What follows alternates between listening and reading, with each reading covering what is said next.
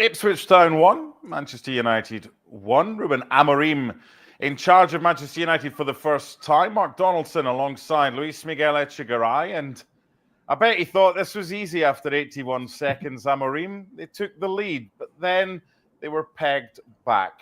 We'll get into the minutiae of the game shortly, but what did Ruben Amorim learn that he maybe didn't already know about Manchester United's LME?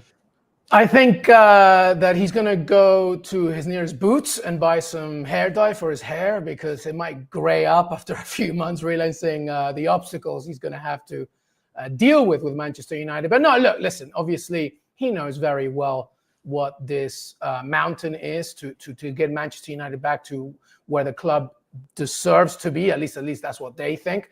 But it was a game that was as advertised, I think. A newly promoted team, very well coached by McKenna, against Ruben Amorim's first time. He's only had 2 matches, 2 days, full days of training, players coming back from an international window, and he knew that, this wasn't going to be easy. Though the start was something to discuss, and I know we'll talk about it in a second. But I think overall, it was a performance that was exactly as advertised, and a manager that's entering a completely different environment. You're not in Primera Liga anymore, Ruben Amorim. You're in the Premier League, and it's going to be much tougher than perhaps he even thought. Before we get to the opening goal, let's talk about the United setup. Most of us thought, well, that's the way he plays, 3 at the back, and that's what he did. But it was Mazraoui as the right centre-back playing alongside Evans and De Ligt. And I thought in the first half in general, and I know we're skipping the goals, but in the first half in general, after United scored the opening goal, Ipswich kind of worked out, hey, we can get more bodies in that central midfield area and kind of overrun United in there. So that might be something going forward that he may have to adjust. And opposition managers may feel, you know what, if they're going 3 at the back and none of the centre-backs move forward into midfield, there may be an opportunity for teams to go 3-5-2 or 4-5-1 against them. Yeah, absolutely. And again, I think the entire conversation, or at least most of it leading up to this match, and it was obviously about Ruben Amorim and his new era with Manchester United, and rightly so. But we do have to give credit to McKenna here because he saw an opportunity like you saw, specifically because Manchester United scored so early. But to your point, they realized, well, look, we have to now disrupt what's still something in the works, which is completely press. Liam Delap was an absolute nightmare for Mazraoui, to the point where it became physical in one point because he wanted to let him know that he was there and his team was going to be there. I thought Omari Hutchinson was wonderful as well, regardless of his goal, his deflected goal, but it was a wonderful shot. But it's also the way he helped the team push. And I think that that's going to be something very interesting for Amorim to discover as he develops his formation, specifically when he puts players in unique situations. I mean, there were people that I thought were brilliant, or at least very, very good. Amad Diallo really impressed me today because he was handed the responsibility of covering that entire wing.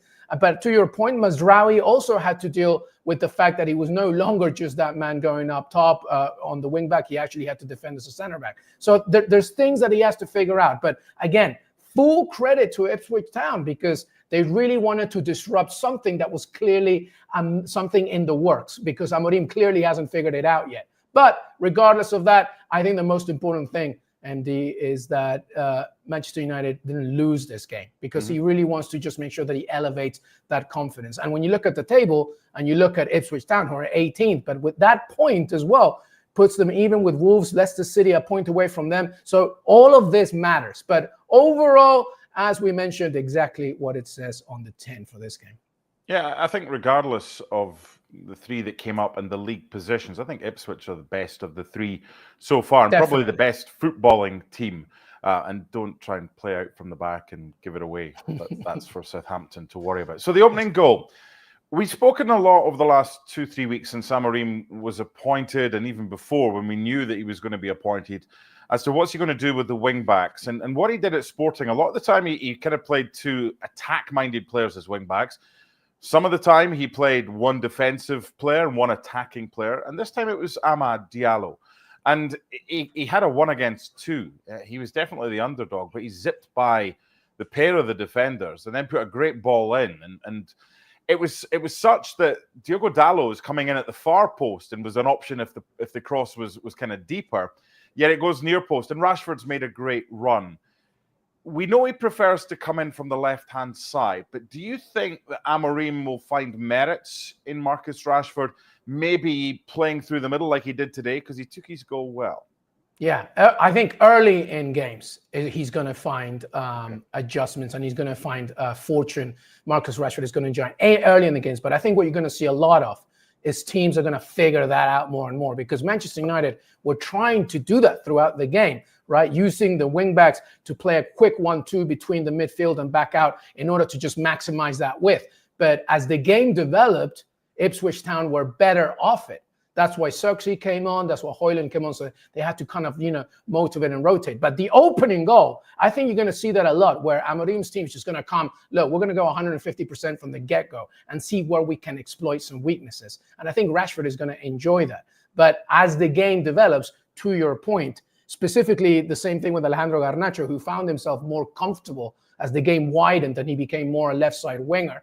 I think that you're going to see more issues as the game develops for Manchester United. I mean, look, Marcus Rashford scored his goal, and that's going to build confidence for him, but he definitely lost a lot more attention as the game developed. But take nothing away from the opening goal. Amad Diallo specifically. My God, what a run. It was a wonderful way to begin the Amorim era for sure. The klaxon has gone off because you cannot give any more than 100%. So anybody like you who's just said 150% or I'm going to give 110%, now that's a yellow card. And I know VAR was down for a period and it can't review yellow cards, but just watch it. No more than 100% when it comes. Can I give you 180 next time? All right, no, fine. You can't give me anything apart from that. Right. Now, okay, in this game, Onana showed he's one of the best shot stoppers in the game. Yeah. And he produces a brilliant save to deny Liam Delap. And it wasn't his first save of the game.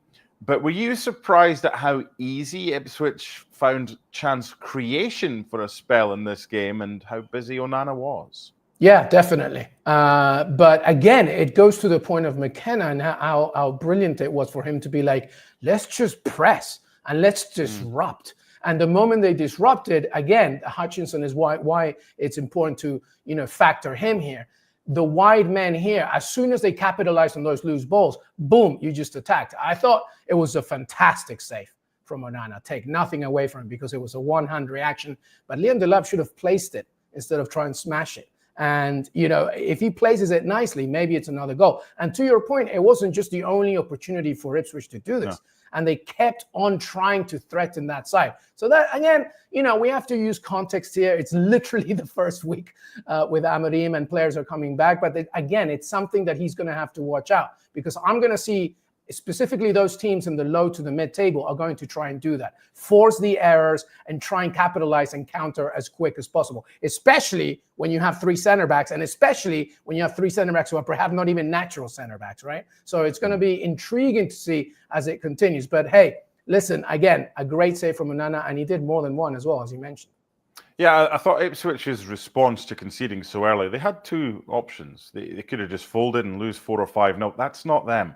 Not in front of a packed Portman Road. It's a special place to play football from our dear friend Paul Mariner's days when they won the UEFA Cup under Bobby Robson back in the day. It's a tough place to go, and I thought the response was excellent. And 3 minutes after Delap was denied by a brilliant save by Andre Onana, they equalised, and it was a super goal. And Omari Hutchinson is someone who came on loan from Chelsea last season and lit it up. He really did in the Championship. And he buys a ticket, decides to have a go, and it ends up in the back of the net, albeit a little glance off the top of Mazraoui's head. But that, for me, tells me a lot. It tells me that this is a team, despite where they are in the league, that believes in themselves and still has that confidence of their own ability to think, you know what, I can score from here. And he did, and it was a stunner. Yeah, and you know why? Because, and we've already said it earlier, because they have a manager that knows what he's doing. And he knows exactly how to motivate and train them. And when you have, right, a home crowd that's behind you and players that know what their roles are, then it's going to work to their favor. You said one thing, and I said it earlier at the beginning of the season, out of those newly promoted teams, and I think we said it in this show, I really believe so much more in Ipswich Town than the other two, just because they can adapt during a game. And Omari Hutchinson, as well, is a player that, McKenna was very careful with him in the preseason. He didn't want to use him too much in those preseason games because he knew that he's going to be very important going forward. And that's exactly what he showed today. This is a very well-coached team. It's going to depend on what they do in things like today, what they do at home, if they can pick up points, because it's very tight down there at the bottom. But, if they can continue to push and be smart and adapt during 90 minutes, then anything can happen. A very good finish from Hutchinson. Yeah, I'm just looking at United's next fixtures. I know you've done a feature for ESPN. Yeah, well, that goes out the window, MD, because I had it a win here. So there you go. Well, you did. And you also had some silly results as well. And yeah, so we'll not talk about that. It's not over. It's been one game. We will continue with this. Amorim's still unbeaten. I get that. But they've got Bodo Glimt in midweek. They've got, I think, 3 of the next 4 are at Old Trafford. So going back to wrap up to the opening question, I asked you, what did he learn from his players? The final question is similar, but it's what did he learn that he can now put into practice that worked, that maybe didn't. That deserves a bit more time, and I'm not going near that again. Is there anything obvious today that he can put into practice, maybe on Thursday in Europe or maybe next week when they face Everton at home? And I'm thinking more about the attacking side of things, the lone striker or the front 3. Højlund came on, Xerxes came on, Rashford scored but went off. What do you think he's kind of got from that game today that makes him think, yeah, that worked, but that needs tweaked for midweek and next weekend? Yeah, that's going to be the biggest question for him, what to do up front. If I were him, just because he is that kind of man manager that wants to build confidence, I presume that he's going to stick with Rashford.